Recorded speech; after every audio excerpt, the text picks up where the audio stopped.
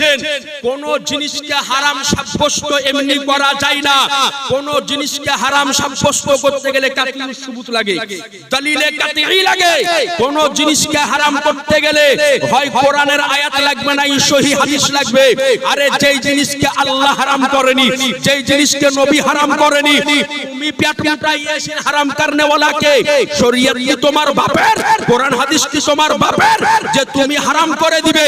আজ আপনাকে বলতে চাই, নবী মুস্তাফার নাম শুনে চুমা খাবার দলিল এক নয় দুই নয় একাধিক কিতাবের মধ্যে বর্ণিত হয়েছে। বিখ্যাত কিতাব যার নাম হচ্ছে জামিউল আহাদিস, আজকে 10 খণ্ডে বিভক্ত। সেই কিতাবের দ্বিতীয় খণ্ডের 436 পেজের মধ্যে একাধিক দলিল দ্বারা প্রমাণিত করা হয়েছে নবীর নাম শুনে চুমা খাওয়া জায়েজ, মুস্তাহাব ও মুস্তাহসান। দ্বিতীয় কিতাব, যেই কিতাবের লেখক আল্লামা সাহাবী রাহমাতুল্লাহ আলাইহি মাকাসিদুল হাসানা, সেই কিতাবের মধ্যে একাধিক আজকে দলিল আদিল্লাহ দ্বারা প্রমাণ করা হয়েছে নবীর নাম শুনে চুমা খাওয়া জায়েজ। এবং সবচাইতে বড় তাফসীরের কিতাব, যেই তাফসীরের কিতাব দেওবন্দের মাদ্রাসায় পড়ানো হয়, ওহাবীর মাদ্রাসায় পড়ানো হয়, লামুজাবির মাদ্রাসায় পড়ানো হয়, গায়র মুকাল্লিদের মাদ্রাসায় পড়ানো হয়, যেই তাফসীরের নাম তাফসীরে জালালাইন শরীফ, যার লেখক আল্লামা জালালউদ্দিন সুয়ুতী রাহমাতুল্লাহ আলাইহি সূরা আহজাবের 56 নম্বর আয়াতের ব্যাখ্যা করতে গিয়ে 13 নম্বর হাসিয়ার মধ্যে তিনি লিখেছেন যে নবী মুস্তাফার নাম শুনে চুমা খাওয়া মুস্তাহাব ও মুস্তাহসান প্রমাণ করেছেন। বেশক সুবহানাল্লাহ সুবহানাল্লাহ সুবহানাল্লাহ। হক হক এই কিতাব কেলা কি ওরা পড়ে না? জি পড়ে কিন্তু মানে না, পড়ে কিন্তু মানে না। তো আজ আপনার সম্মুখে আরজ করি, ও আদম আলাইহিস সালাম আমার নবী মুস্তাফার নূর মোবারককে নিজের আঙ্গুলে পেয়ে নবী আদম আলাইহিস সালাম আপনার চুম্বন করে নিজের চোখের মধ্যে লাগালেন। বলেন সুবহানাল্লাহ সুবহানাল্লাহ। এরপরে শুনুন আরেকটা তথ্য আপনাদের সম্মুখে দিয়ে যাই। আচ্ছা বলেন তো ওলামায়ে কেরাম বাদ দিয়ে আপনারা বলেন, আমার নবী সর্বপ্রথম কোথায় এসেছেন আপনারা জানেন? নবী সর্বপ্রথম কোথায় এসেছেন? নবীর জন্ম কোথায়? নবী কোথায় এসেছে জানেন? বলেন না, জানা নাই? কোথায়? মক্কা শরীফ। নবী এসেছেন সর্বপ্রথম মক্কা শরীফ, এটা আমরা সকলেই জানি। কিন্তু আজ তথ্য শুনে যান যে নবী আমার মক্কা শরীফে আগে আসেননি, মদিনা শরীফে আগে আসেননি, ইয়ামানে আগে আসেননি, শামে আগে আসেননি। কসম খোদার আমার নবী মুস্তাফা সর্বপ্রথম আমার হিন্দুস্তানের জমিনে এসেছে। বেশক বেশক বেশক সুবহানাল্লাহ। ইতিহাস আপনি ভালো করে তথ্য খুঁজে দেখেন। আদম আলাইহিস সালাম কে যখন আল্লাহ জান্নাত থেকে বের করলেন, আদম আলাইহিস সালামকে জান্নাত থেকে বের করে সর্বপ্রথম আল্লাহ পাঠিয়েছিলেন শ্রীলঙ্কা সরম দ্বীপে। বেশক শ্রীলঙ্কা, ভারত, বাংলাদেশ অখণ্ড দেশ ছিল একটাই। ওই সময়তে শ্রীলঙ্কা কোন দেশ ছিল না। ওই সময়তে ভারত শ্রীলঙ্কা একটাই দেশ ছিল। ওই শ্রীলঙ্কাতে একটা জায়গা আছে, তার নাম হচ্ছে সরম দ্বীপ। এই সরম দ্বীপে আদম আলাইহিস সালাম সর্বপ্রথম নিজের কদম রাখলেন। তো আদম আলাইহিস সালাম আবুল বাশার যখন এই সরম দ্বীপের জমিনে কদম যখন রাখলেন, তো কসম খোদার আদম আলাইহিস সালাম একাই আসেন নাই, বরং আদমের সঙ্গে আমার নবীর নূর মোবারক এসেছে। সুবহানাল্লাহ সুবহানাল্লাহ। বেশক বেশক। এই জন্য আপনাকে বলি, ও আমার নবী মুস্তাফা ভারতে আগে, আরবে পরে, ভারতে আগে, মক্কায় পরে, ভারতে আগে, মদিনায় পরে, ভারতে আগে, ইয়ামানে পরে, ভারতে আগে, শামে পরে, ভারতে আগে, ইয়ামানে পরে, ভারতে আগে, সিরিয়াতে আগে, অর্থাৎ সর্বপ্রথম আমার নবী মুস্তাফা এই ভারতের বুকে সর্বপ্রথম এসেছে। এই জন্য তো ডাক্তার ইকবাল ফখরের সঙ্গে লিখেছে সারে জাহাঁ সে আচ্ছা হিন্দুস্তান। হক নারে তাকবীর, নারে সালাত, নারে সালাত। হযরত আল্লামা মাওলানা মুফতি আবুল কালাম কাদরি সাহেব, নারে তাকবীর, নারে সালাত।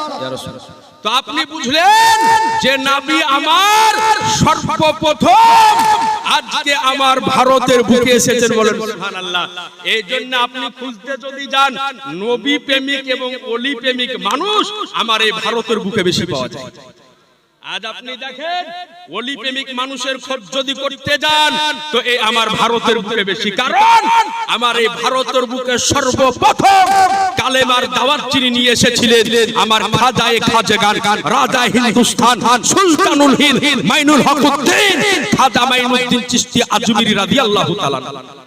এই জন্য ভারতে খোঁজ করলে সর্বপ্রথম ওলি প্রেমিক নবী প্রেমিক লোক বেশি পাওয়া যায়। এই ভাড়ের একটা ভিডিও দেখছো ইয়েশি গোপাল ভাড়ের, বলছে যে আমি নামেছি সমস্ত মাজারকে ভেঙে গুড়িয়ে দেব। আমি বলি বেটা তোর যদি সাহসটাকে মাজার গুড়াবি চলে যা আজমিরে, চলে যা বাগদাদে, চলে যা বেরেলি, চলে যা কেথুঠা। আজকে মাজার ভাঙার আগে আল্লাহ তোর ট্যাং ভেঙে ভেঙে জি জি, কারণ আল্লাহ পাক হাদিসে কুদসির মধ্যে বলেছেন যে ব্যক্তি আমার ওলির সঙ্গে দুশমনি করলো আমি আল্লাহ তার সঙ্গে যুদ্ধের ঘোষণা করে দিলাম। জি জি জি জি ওলিদের খেলাফে কোনো কথা বলিও না, নবীর খেলাফে কোনো কথা বলিও না। তো আমার রাসূলে কায়নাত সাল্লাল্লাহু আলাইহি ওয়াসাল্লাম সর্বপ্রথম আমার এই ভারতের বুকে এসেছে। এই জন্য ভারতের বুকে নবী প্রেমিক লোক বেশি, ওলি প্রেমিক লোক বেশি।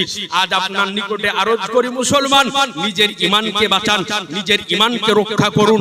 যে আজ রাসূলে কায়নাত সাল্লাল্লাহু আলাইহি ওয়াসাল্লামের কি শান, কি মান, আজকে কি মর্যাদা আল্লাহ পাক দিয়েছেন। ও নবীর শানকে বুঝার চেষ্টা করুন, নবীর মানকে বুঝার চেষ্টা করুন।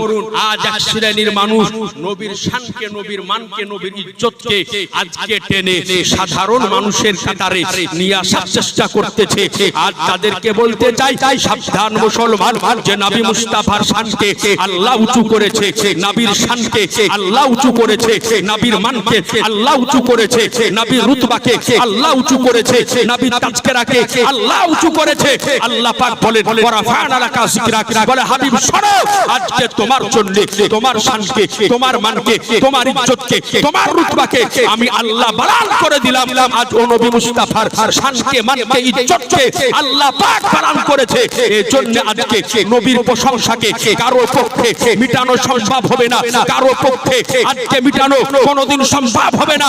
কারণ ও নবীর শানকে মিটাতে যদি হয় আজকে নামাজকে মিটাতে হবে, নবীর শানকে মিটাতে হলে রোজাকে মিটাতে হবে, নবীর শানকে মিটাতে গেলে হজকে মিটাতে হবে, নবীর শানকে মিটাতে গেলে যাকাতকে মিটাতে হবে, নবীর শানকে মিটাতে গেলে কোরআনকে মিটাতে হবে, নবীর মানকে মিটাতে গেলে হাদিসকে মিটাতে হবে, নবীর শানকে সুবহানাল্লাহ ওলিয়ে কামালকে মিটাতে হবে, আর নবীর শানকে মিটাতে গেলে স্বয়ং খোদাকে মিটাতে হবে। বাহ বাহ বাহ, হক হ্যায় হক হ্যায়। কারো পক্ষে সম্ভব নয়, বরং নবীর শানকে, মানকে, ইজ্জতকে যে মিটানোর চেষ্টা করবে আল্লাহ তাকে মিটিয়ে দিবে, আল্লাহ তাকে ধ্বংস করে দিবে। কারণ যুগে যুগে যুগে যুগে যুগে যুগে যত যুগে নবীর বিরুদ্ধে মানুষ দাঁড়িয়েছে আল্লাহ পাক তাদেরকে পৃথিবীর বুক থেকে নিস্তানাবুদ করে দিয়েছে। বেশক বেশক সুবহানাল্লাহ। মুহতারাম, ও নবী মুস্তাফার তাসির, নবী মুস্তাফার জবানের কি তাসির আল্লাহ দিয়েছেন যে নবী আমার যাকে একবার জান্নাতি বলে দিয়েছেন ও জান্নাতি হয়ে গিয়েছে। বাহ বাহ বাহ। আপনাকে একটা কথা শোনাই, নবীর একজন সাহাবী জীবনে নামাজ পড়েননি, জীবনে রোজা করেননি, জীবনে হজ করেননি, জীবনে যাকাত দেয়নি, জীবনে তাসবিহ করেননি, জীবনে তাহলিল করেননি, জীবনে কোনোদিন কোনো ইবাদত করেননি। এরপরে নবী আমার তাকে জান্নাতি বলে ঘোষণা করে দিয়েছেন। সুবহানাল্লাহ সুবহানাল্লাহ সুবহানাল্লাহ। আপনি বলতে পারেন মুফতি সাহেব নামাজ হচ্ছে জান্নাতের চাবি, কিন্তু উনি বিনা নামাজে জান্নাতে কেমন করে গেল? প্রশ্ন হয় কি হয় না ভাই? জি জি। তাহলে কথাটা আপনাকে বলে দিই নাকি বলছেন যে কেমন করে হলো? এ আজিজানে মুহতারাম, আচ্ছা আপনারা বলেন তো নবী আমার কত বছর দুনিয়ার বুকে বা হায়াতে ছিলেন? এই দেখেন আমার এই বাবাজি বললেন 63 বছর। কত বছর? জি 63 বছর। 63 বছরের মধ্যে 53 বছর ছিলেন মক্কা শরীফে, জি, আর 10 বছর ছিলেন মদিনা শরীফে। তো নবী আমার মক্কা শরীফে যতজন ছিলেন ততদিন নবী আমার মক্কা শরীফে একটাও যুদ্ধ করেননি, একটাও জিহাদ করেননি, সব জিহাদ করেছেন মদিনা শরীফে। জি। আচ্ছা এবার বলেন তো, নবী আমার মদিনা শরীফে 10 বছরে কটা যুদ্ধ করেছে আপনাদের জানা আছে কারো? আপনারা বলেন ওলামায়ে কেরাম না, জানা নাই, শুনেননি? তাহলে আজকে আমি বলে দিই, কি বলছেন? নবী আমার এই 10 বছরে বড় বড় যুদ্ধ করেছেন 19টি। কটা? 19টি। জি। আর ছোট এবং বড় মিলিয়ে আমার রাসূলুল্লাহ যুদ্ধ করেছেন মোট 66টি। 66টি। জি, সুবহানাল্লাহ বলা যাবে না? সুবহানাল্লাহ, সুবহানাল্লাহ। 66টি যুদ্ধ নবী আমার করেছে। এর মধ্যে সপ্তম হিজরিতে একটা যুদ্ধ করেছেন, তার নাম হচ্ছে খাইবারের যুদ্ধ। জি, নাম শুনেছেন? জি। যে খাইবারের যুদ্ধের বিজেতা ছিলেন আমার আলী রাদিয়াল্লাহু আনহু। বাহ, সুবহানাল্লাহ। আজ আমার ঘরের নওজওয়ানদেরকে বলবো যে আজ তোমরা ভয় পেও না, কারণ আমরা ওই ঘরের উত্তরসূরি। আরে যেই ঘরের হযরত আলীর এক তলোয়ারে খাইবার ফাটা হয়ে গিয়েছে। বাহ, বাহ। আপনি ইসলাম জগতের ইতিহাস আলগা করেন।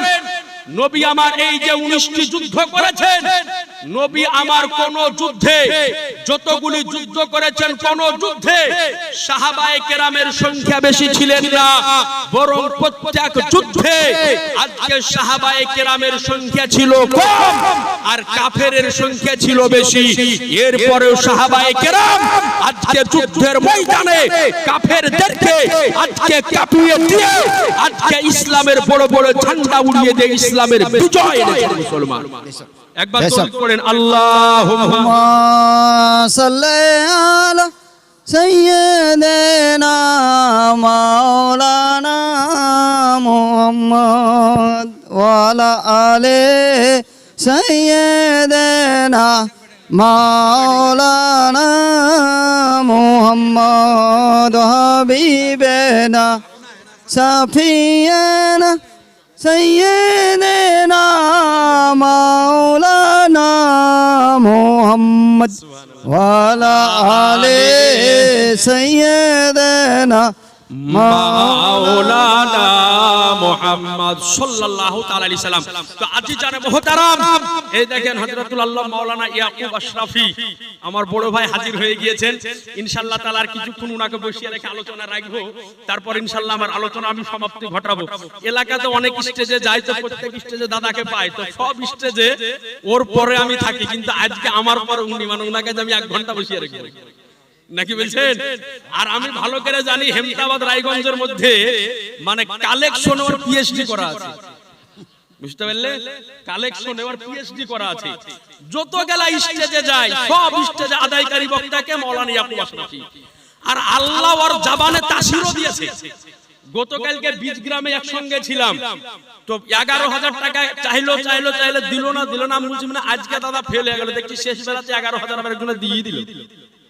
জি, এটা হচ্ছে আউলিয়ায়ে কেরামদের ফাইজান, এটা হচ্ছে বুজুর্গানে দিনদের ফাইজান, যে আজ জবানে আল্লাহ উনার জবানে তাসির দিয়েছে।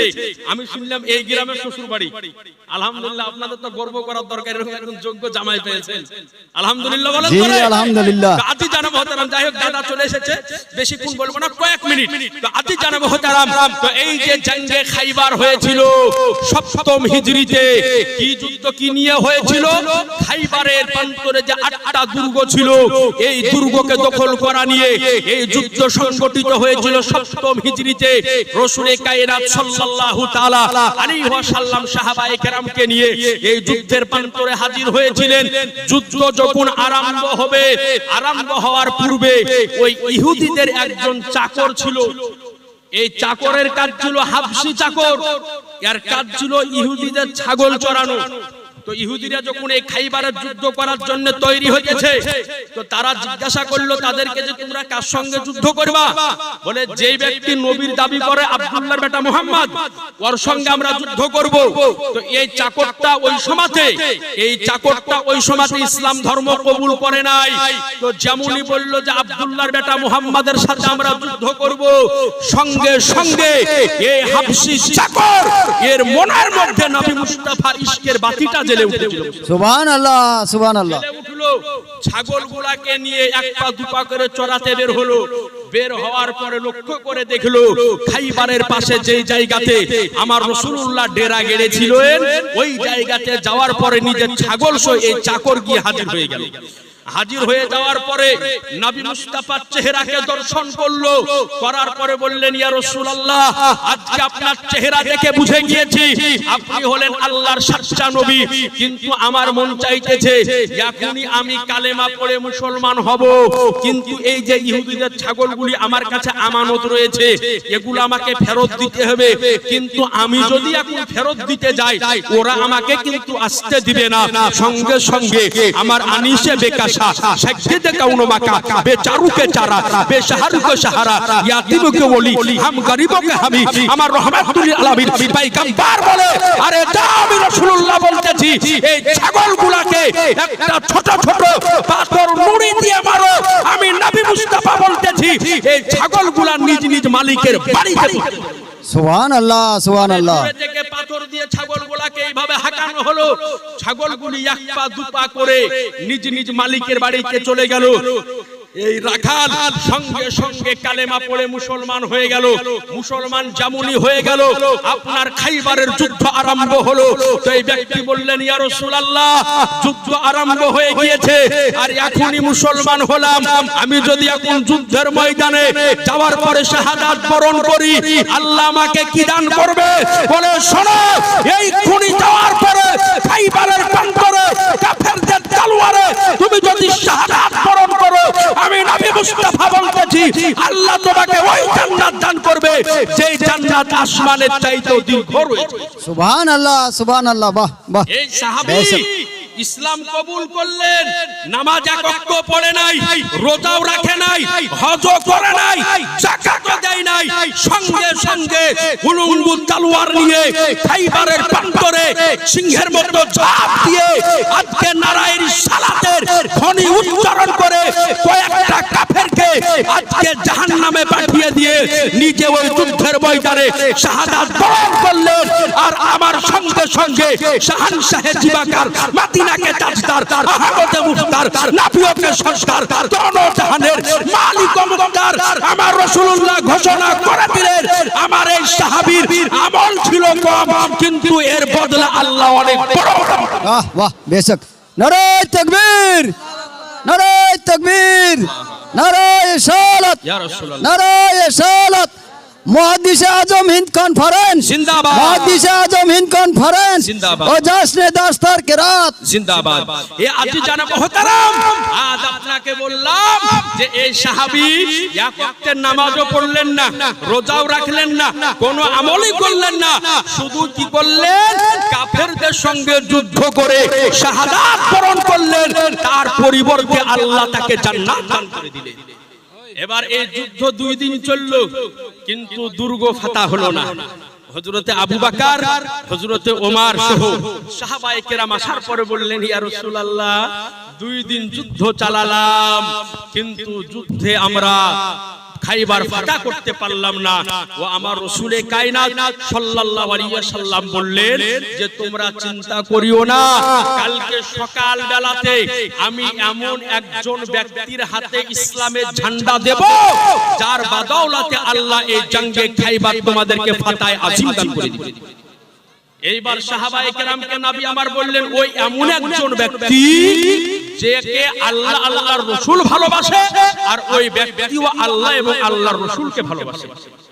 সাহাবায়ে কেরাম বলেন যে সারাটি রাত আমরা কেউ ঘুমাতে পারিনি, সারা রাত আজকে আমাদের চোখে ঘুম হয় নাই, সারাটি রাত আমরা জাগ্রত অবস্থায় আছি যে নবী সকাল বেলায় কার হাতে ইসলামের ঝান্ডা দেয়, কার হাতে ঝান্ডা দেয়, কার হাতে ঝান্ডা দেয়। হযরত ওমরে ফারুক বলেন যে আমি জীবনে অনেক রাত পার করেছি কিন্তু এত বড় রাত জীবনে পার করিনি। যেমন আপনাকে বলি, আপনাদের গ্রামের নাম কি? তিলগাঁও। ধরেন যে তিলগাঁওয়ে আপনাদের এলাকার এমএলএ আসার পরে বলে দিল যে তিলগাঁওয়ের একটা লোকের নামে সরকার থেকে 5 কোটি টাকা এসেছে, কিন্তু কার নামে এসেছে আমি নাম বলবো না। তো কাহুর ঘুম হবে গায়ে? রাতের বেলায় বাড়ি অলিয়ে তাহাজ্জুদ পড়ে দোয়া করবে, আল্লাহ সকালে যেন আমার নামটাই বাড়ায়। কথা বুঝতে পারছেন? ওই দুয়াই করবে। তো সাহাবায়ে কেরামের সম্মুখে নবী নাম ঘোষণা করলেন না যে কাকে দিব। সাহাবায়ে কেরামদের চোখে ঘুম নাই, আল্লাহ যে কার হাতে সকালে ঝান্ডা পাবে তার হাত দিয়ে জাঙ্গে খাইবার ফাতা হবে। ফজরের নামাজ হলো, সাহাবায়ে কেরাম কাতার হয়ে দাঁড়িয়ে রয়েছেন। আমার নবী মুস্তাফা বললেন আইনা আলী ইবনে আবি তালিব। এই জোরে বলেন না, বলে আলী ইবনে আবি তালিব কোথায়? তো বললেন ইয়া রাসূলুল্লাহ আলীর চোখে একটু ব্যথা হয়েছে তাই বাইরে গিয়েছে, বলে আলীকে ডেকে নিয়ে এসো। হযরতে আলীকে ডাকা হলো। ও আলী রাদিয়াল্লাহু তাআলা আনহু আজকে চক্ষু মোবারকে আমার নবী মুস্তাফা লাবে দেহান মোবারক লাগিয়ে দিলেন, সঙ্গে সঙ্গে হযরতে আলীর চোখের ব্যথা ভালো হলো। আজ আপনাকে বলি যে হযরতে আলীর চোখ মোবারকে রাসূলে কায়নাত লাবে দেহান লাগালেন, থুতু মোবারক লাগালেন, আলীর চোখ ভালো হয়ে গেল। ও নবী মুস্তাফা থুতু মোবারক আলী রাদিয়াল্লাহু আনহুর ব্যথাকৃত চোখে দিলে চোখের ব্যথা ভালো হয়ে যায়।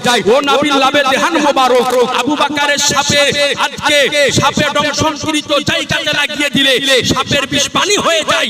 ও নবী মুস্তাফা লাবে দেহান মোবারক আজকে যদি আপনার নোনা জলে যদি পড়ে যায়, আজকে নোনা জল শরবতে পরিণত হয়। ও নবী মুস্তাফা থুতু মোবারক আজকে সাহাবায়ে কেরাম নিজের হাতে নেওয়ার পরে শরীরে যদি মেখে নেয় তো শরীর থেকে মুশকে আম্বারের মতো খুশবু আসে। আজ নবীর ওই থুতু মোবারকের দাম এরকম, কিন্তু আজ যাদের থুতু দেখে মানুষ ঘৃণা করে ওই রকম লোকে বলে যে নবী আমাদের মতো। আজ আপনাকে বলি যে আজ আফসোসের বিষয়, আজ নবী মুস্তাফার ঘাম মোবারক থেকে মুশকে আম্বারের চাইতে বেশি খুশবু আসে। কিন্তু আজ যার গায়ের ঘাম এত বন্ধ করার পাঁজরে দাঁড়ায় যায় না, যদি একদিন গোসল না করে তার পাঁজর থেকে শয়তান দূরে পালিয়ে যায়, বলে আমার চাচাই তো ভাই পাঁজরে দাঁড়ায় যাবে না। ওই রকম লোকে বলে নবী আমাদের মতো। তাইলে আপনি বলেন যে এর মতন এই রকম দাজ্জাল আর পৃথিবীর বুকে খুঁজে পাওয়া যাবে? আচ্ছা বলেন তো নবী কি আমাদের মতো ছিলেন? এই জোরে বলেন না। নবী ছিলেন বেমিসাল, নবী ছিলেন উদাহরণহীন, নবী ছিলেন তুলনাহীন, নবী ছিলেন মহামানব। নবীর মতো করে আল্লাহ কাউকে প্রেরণ করেননি আর কিয়ামত পর্যন্ত কাউকে প্রেরণ করেননি। নবী অতুলনীয়, নবীর মতো পৃথিবীর বুকে কেউ ছিল না। যাই হোক ওই দিকে যাব না। তো এইবার নবী আমার আর নিজের না লাবে দেহান মুবারক হযরতে আলী রাদিয়াল্লাহু আনহু চোখে লাগিয়ে দিলেন, চোখের ব্যথা ভালো হয়ে গেল। হযরতে আলীর এক হাতে জুলফিকারের তরবারি নবী আমার দিলেন, জুলফিকার নিলেন, এক হাতে ইসলামের ঝান্ডা নিয়ে আমার মাওলায়ে আলী মুশকিলে কুশা হায়দারে কাররার হযরতে আলী রাদিয়াল্লাহু আনহু খাইবারের দুর্গের সামনে গিয়ে হাজির দাঁড়িয়ে গেলেন।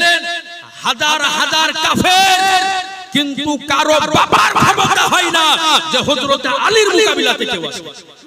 শেষ পর্যন্ত কাফেরদের যে নেতৃত্ব দিতেছিল যার নাম ছিল মুরাহাব, এই মুরাহাব আসার পরে হযরতে আলীর সামনে হাজির। আসার পরে বলে আলী দেখো তোমাকে ভালোবাসি, তোমার ছেলে মেয়েকে ভালোবাসি, মুলকে শাম ইয়ামান আরব মক্কা মদিনা সব জানে যে আমি মুরাহাব এরকম পালুয়ান, আমার সাথে মোকাবিলা করতে গেলে 1000 পালুয়ান লাগে। আর আলী তুমি একা এসে তো আমার সাথে মোকাবিলা করতে, আমার মাওলায়ে আলী মুশকিলে কুশা হায়দারে কাররার হযরতে আলী বলে মুরাহাব আমার মা আমার নাম রেখেছে হায়দারে কাররার। একটু জোরে বলা যাবে না? বলে আমার মা আমার নাম রেখেছে হায়দার। ও হযরত আলী রাদিয়াল্লাহু আনহুর সঙ্গে কথোপকথন চলতেছে। হযরত আলী রাদিয়াল্লাহু আনহুকে বললেন মুরাহাব, তাহলে যখন যুদ্ধ করবে তো যুদ্ধ করো। হযরত আলী বলে যে দেখো মুরাহাব, আমি নবীকে মাননেওয়ালা, আমি নবীকে জাননেওয়ালা, আমি নবীর গোলাম। আর নবীর গোলামের এটা শান নয় যে কারো উপরে আগে তলোয়ার চালাবে, বরং তুমি আগে চালাও।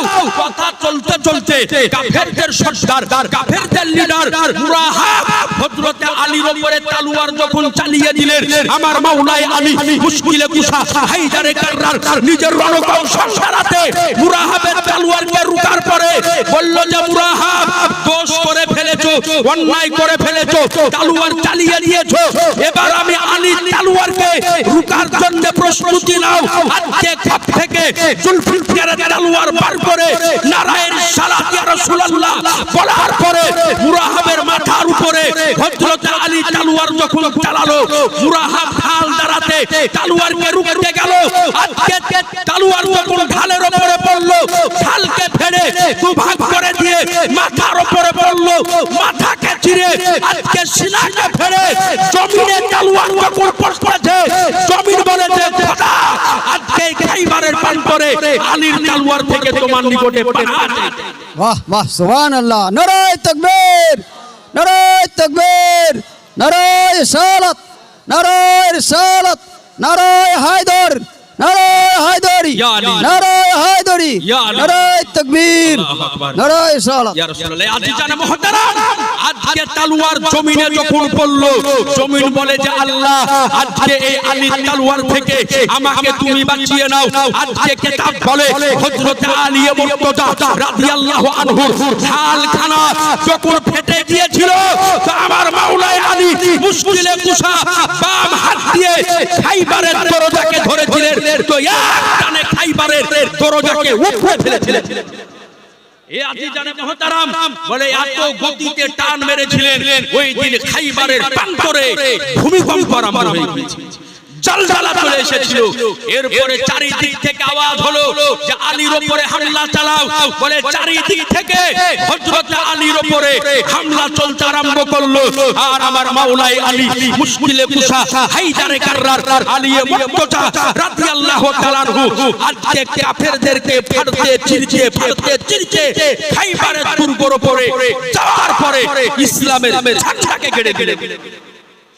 আজ আমি আরজ করব, আজ আমাদের আপনাদের নিকটে আরজ করব নওজোয়ান ভাইদের নিকটে যে আজ ওই ঘরের উত্তর সরি হচ্ছে আমরা, সুতরাং ভয় পাওয়ার কোনো কারণ নাই। সারা পৃথিবীতে ইসলাম ধর্ম ছিল এবং আছে এবং কিয়ামত পর্যন্ত থাকবে।